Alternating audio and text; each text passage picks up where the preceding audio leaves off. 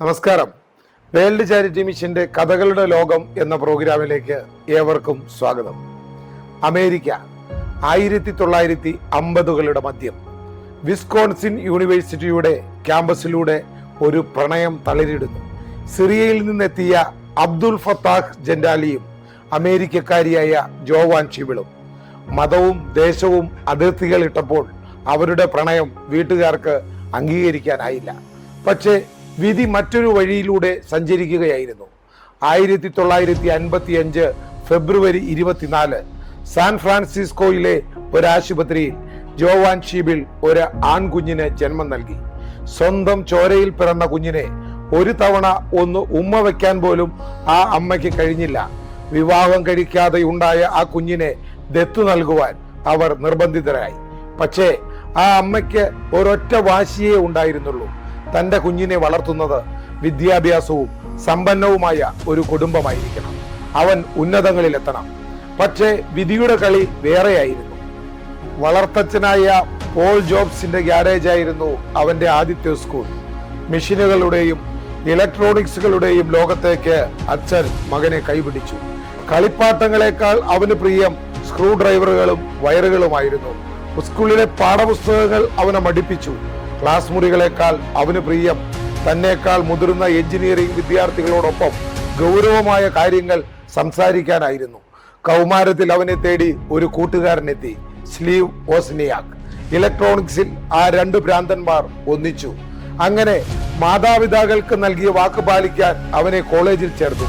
പക്ഷേ 6 മാസം തികയുന്നതിന് മുമ്പേ ഇതിൽ എനിക്ക് കാര്യമില്ല എന്ന് പറഞ്ഞ് അവൻ കോളേജ് വിട്ടു. ഫീസ് കൊടുക്കാൻ പണമില്ലാതെ കൂട്ടുകാരുടെ മുറിയിൽ തറയിൽ കിടന്നുറങ്ങിയും ഒഴിഞ്ഞ കോളക്കുപ്പികൾ പെറുക്ക് വിറ്റ് ഭക്ഷണം കഴിച്ചും ഞായറാഴ്ചകളിൽ ഹരേ കൃഷ്ണ ക്ഷേത്രത്തിലെ സൗജന്യ ഭക്ഷണം കഴിക്കുവാൻ വേണ്ടി 7 മൈൽ നടന്നുമൊക്കെ അവൻ ജീവിച്ചു. ഇതിനിടയിൽ മനസ്സിന് ശാന്തി തേടി അവൻ ഇന്ത്യയിലേക്കും വന്നു. ഉത്തരാഖണ്ഡിലെ ആശ്രമങ്ങളിലും ഹിമാലയത്തിന്റെ താഴ്വരകളിലും തലമൊട്ടയടിച്ച് ഒരു സന്യാസിയെ പോലെ അവൻ അലഞ്ഞു. അവിടെ നിന്ന് കിട്ടിയ ആത്മീയ വെളിച്ചം പിന്നീട് അവനെ കാഴ്ചപ്പാടുകളെ തന്നെ മാറ്റിമറിച്ചു. തിരികെ അമേരിക്കയിലെത്തിയ ജോബ്സ് തന്റെ പഴയ കൂട്ടുകാരൻ ഓസ്നിയാക്കിനെ കൂട്ടുപിടിച്ചു.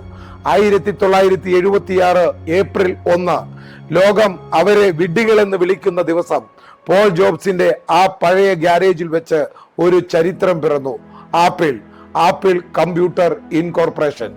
സ്വന്തം കാറ് വിറ്റും കാൽക്കുലേറ്റർ വിറ്റും ഉണ്ടാക്കിയ മൂലധനം കൊണ്ട് തുടങ്ങിയ ആ കമ്പനി കമ്പ്യൂട്ടർ ലോകത്ത് വിപ്ലവം സൃഷ്ടിച്ചു. വെറും 25-ാം വയസ്സിൽ സ്ലീവ് ജോബ്സ് $250 മില്യൺ ആസ്തിയുള്ള കോടീശ്വരനായി മാറി. പക്ഷേ വിജയത്തിന്റെ കൊടിമുടിയിൽ നിൽക്കുമ്പോഴും വലിയൊരു വീഴ്ച അവനെ കാത്തിരിക്കുന്നുണ്ടായിരുന്നു. 1985 സ്വന്തം കമ്പനിയിൽ നിന്ന് താൻ തന്നെ നിയമിച്ച CEO അവനെ പുറത്താക്കി. താൻ പടുത്തുയർത്തിയ സാമ്രാജ്യത്തിൽ നിന്ന് ഒരു അഭയാർത്ഥിയെ പോലെ പടിയിറങ്ങേണ്ടി വന്ന അവസ്ഥ. ലോകം കരുതി സ്ലീവ് ജോബ്സ് തീർന്നെന്ന്. എന്നാൽ ചാരത്തിൽ നിന്ന് ഉയർത്തെഴുന്നേൽക്കുന്ന ഫിനിക്സ് പക്ഷിയെ പോലെ അവൻ തിരിച്ചു വന്നു. നെക്സ്റ്റ് എന്ന പുതിയ കമ്പനി തുടങ്ങി. പിക്സാർ എന്ന ആനിമേഷൻ കമ്പനിയുടെ ടോയ് സ്റ്റോറി പോലുള്ള അത്ഭുതങ്ങൾ സൃഷ്ടിച്ചു. ഒടുവിൽ തകർച്ചയുടെ വക്കിലെത്തിയ ആപ്പിളിനെ രക്ഷിക്കാൻ 1997 രാജാവിനെ പോലെ അവൻ തിരിച്ചെത്തി. പിന്നീട് ലോകം കണ്ടത് മാജിക്കുകളായിരുന്നു. ഐമാക്ക്, ഐപോഡ്, ഐഫോൺ, ഐപാഡ് ഓരോന്നും ലോകത്തിന്റെ ചരിത്രം തിരുത്തി കുറിച്ചു. സാങ്കേതിക വിദ്യയെ കലയുമായി വിളക്കിച്ചേർത്ത ആ മാന്ത്രികൻ ആപ്പിളിനെ ലോകത്തിലെ ഏറ്റവും മൂല്യമുള്ള കമ്പനിയാക്കി മാറ്റി. എന്നാൽ വിധിയുടെ വിളയാട്ടം അവസാനിച്ചിരുന്നില്ല. ലോകത്തെ വിരത്തുമ്പിൽ എത്തിച്ച ആ മനുഷ്യനെ തേടി ക്യാൻസർ എന്ന വില്ലനെത്തി. 2011 ഒക്ടോബർ 5 ആ ഇതിഹാസം ഈ ലോകത്തോട് വിട പറഞ്ഞു. പക്ഷേ ഇന്നും ഓരോ തവണ നമ്മൾ ഒരു സ്മാർട്ട് ഫോൺ കയ്യിലെടുക്കുമ്പോഴും അവിടെ സ്ലീവ് ജോബ്സ് എന്ന മനുഷ്യൻ ജീവിക്കുന്നുണ്ട്. ഉപേക്ഷിക്കപ്പെട്ട ഒരു ഗ്യാരേജിൽ നിന്ന് തുടങ്ങി ലോകത്തിനെ നെറുകയിലെത്തിച്ച ആ ജീവിതം നമ്മോട് പറയുന്നത് ഇത്രമാത്രം: നിങ്ങളുടെ സമയം പരിമിതമാണ്. അതുകൊണ്ട് മറ്റൊരാളുടെ ജീവിതം ജീവിച്ച് അത് പാഴാക്കരുത്. തിരസ്കാരങ്ങൾക്കുള്ള മറുപടി, ദ ആൻസർ ടു റിജക്ഷൻ. ജനിച്ചു വീണപ്പോൾ സ്വന്തം അമ്മ ഉപേക്ഷിച്ചു. പെറ്റമ്മ ഉപേക്ഷിച്ചതിന് ശേഷം വളർത്തി വലുതാക്കിയ സ്വന്തം കമ്പനിയിൽ നിന്ന് മറ്റുള്ളവർ പുറത്താക്കി. ജീവിതം മുഴുവൻ അദ്ദേഹത്തെ വേട്ടയാടിയത് തിരസ്കാരങ്ങൾ, അതായത് റിജക്ഷൻസ് ആയിരുന്നു. എന്നാൽ അദ്ദേഹം തളർന്നുപോയില്ല. ലോകം അദ്ദേഹത്തെ വേണ്ടെന്ന് വെച്ചപ്പോഴെല്ലാം ലോകത്തിന് തന്നെ ഒഴിവാക്കാൻ പറ്റാത്ത വിധം അദ്ദേഹം വളർന്നുകൊണ്ടേയിരുന്നു. നമ്മളെ ആരെങ്കിലും ഒഴിവാക്കിയാൽ തളരുകയല്ല, മറിച്ച് അവരെ കൊണ്ട് വേണ്ടിയിരുന്നില്ല എന്ന് തോന്നിപ്പിക്കും വിധം വളരുകയാണ് വേണ്ടത്. പൂർണ്ണ വിരാമമല്ല, കോമ മാത്രം. Not a full stop, just a comma. ആപ്പിളിൽ നിന്ന് പുറത്താക്കപ്പെട്ട നിമിഷം അത് തന്റെ ജീവിതത്തിലെ ഏറ്റവും വലിയ ദുരന്തമായിട്ടാണ് ജോബ്സ് കണ്ടത്. എന്നാൽ പിന്നീട് അദ്ദേഹം തന്നെ പറഞ്ഞു, എനിക്ക് സംഭവിച്ച ഏറ്റവും നല്ല കാര്യമായിരുന്നു അത് എന്ന്.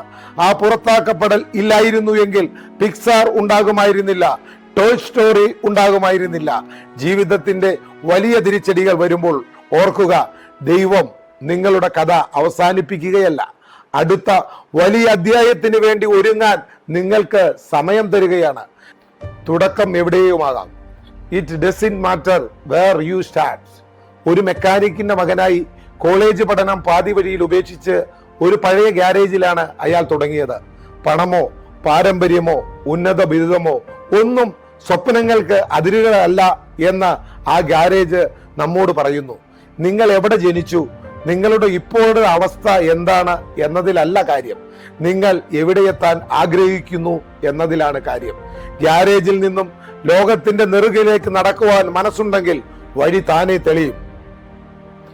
ഇന്നു മുതൽ ജീവിതത്തിൽ ഒരു തിരിച്ചടി, ഫെയിലിയർ അല്ലെങ്കിൽ തിരസ്കരണം, റിജക്ഷൻസ് ഉണ്ടാകുമ്പോൾ ഇതൊരു അവസാനമല്ല, പുതിയൊരു തുടക്കമാണ് എന്ന് സ്വയം തിരിച്ചറിയുക.